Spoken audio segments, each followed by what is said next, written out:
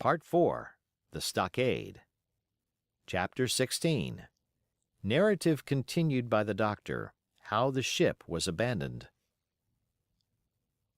It was about 1:30, 3 bells in the sea phrase, that the two boats went ashore from the Hispaniola. The captain, the squire, and I were talking matters over in the cabin. Had there been a breath of wind, we should have fallen on the 6 mutineers who were left aboard with us, slipped our cable, and away to sea. But the wind was wanting, and to complete our helplessness, down came Hunter with the news that Jim Hawkins had slipped into a boat and was gone ashore with the rest. It never occurred to us to doubt Jim Hawkins, but we were alarmed for his safety. With the men in the temper they were in, it seemed an even chance if we should see the lad again. We ran on deck. The pitch was bubbling in the seams. The nasty stench of the place turned me sick.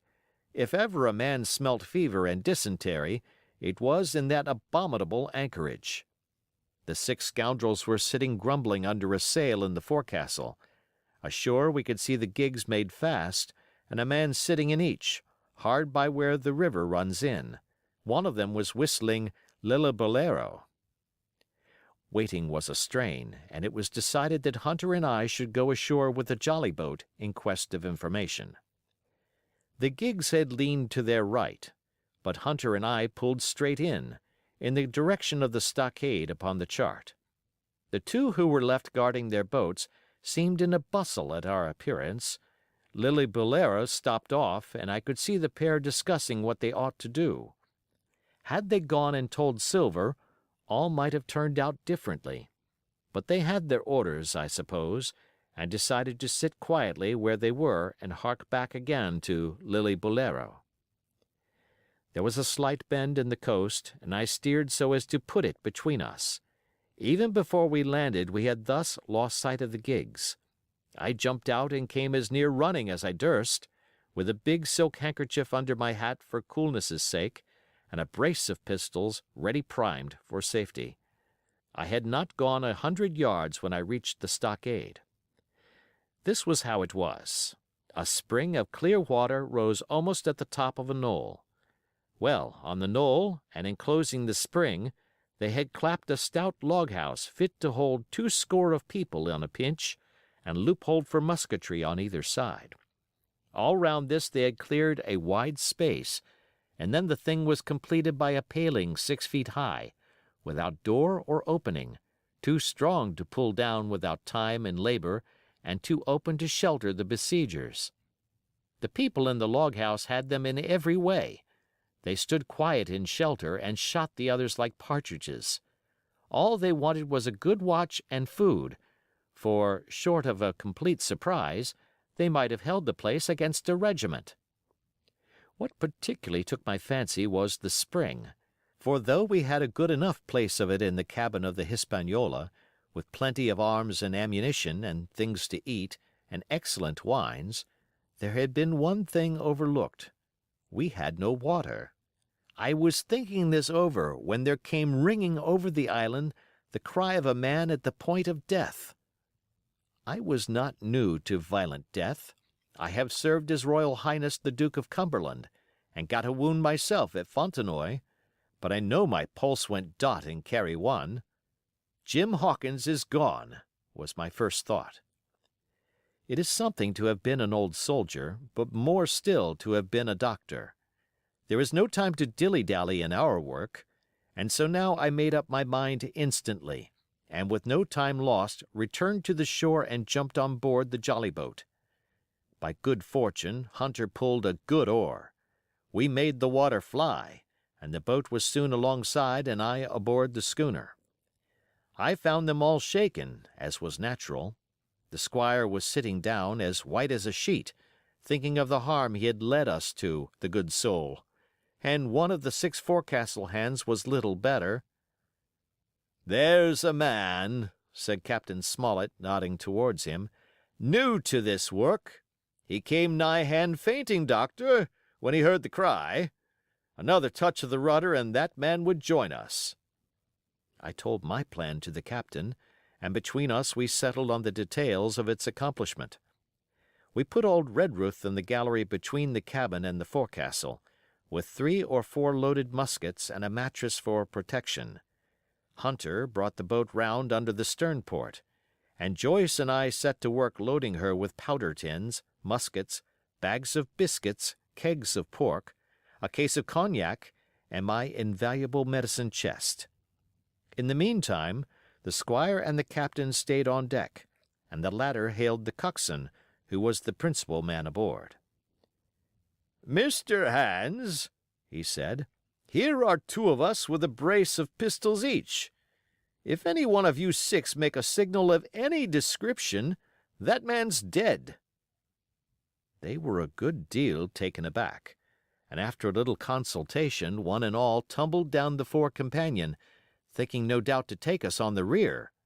But when they saw Redruth waiting for them in the sparred gallery, they went about ship at once, and a head popped out again on deck. "Down, dog!"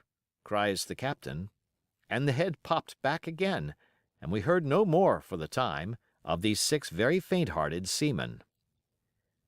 By this time, tumbling things in as they came, we had the jolly boat loaded as much as we dared.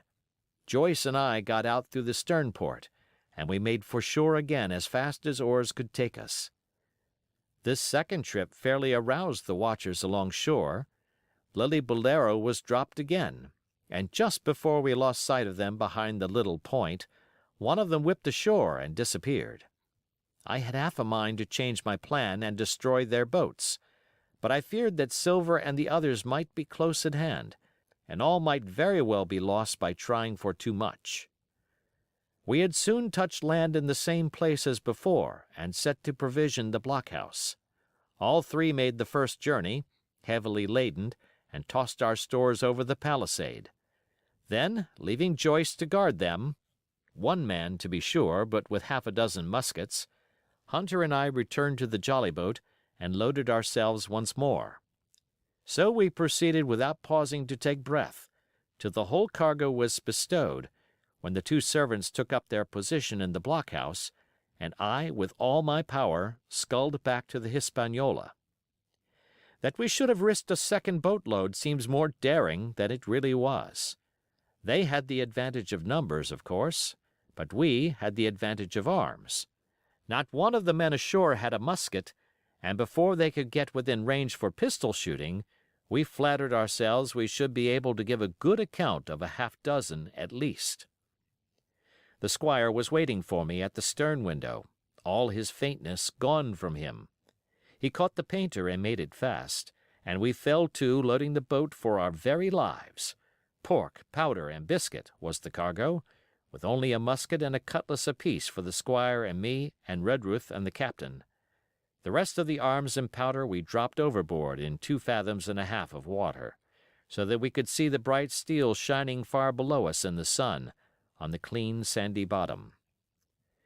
By this time the tide was beginning to ebb, and the ship was swinging round to her anchor.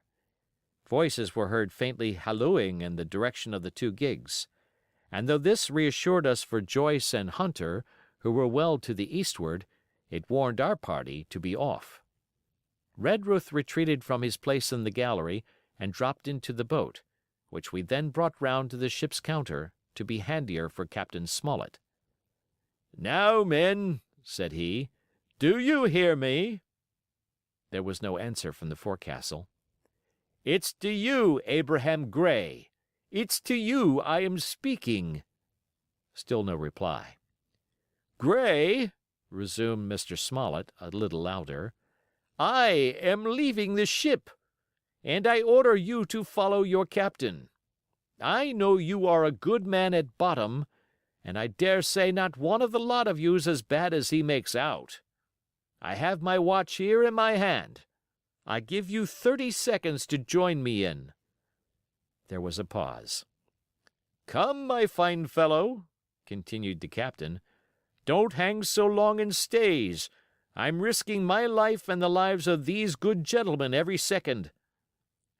There was a sudden scuffle, a sound of blows, and out burst Abraham Gray with a knife cut on the side of the cheek, and came running to the captain like a dog to the whistle.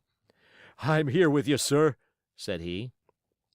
and the next moment he and the captain had dropped aboard of us, and we had shoved off and given way.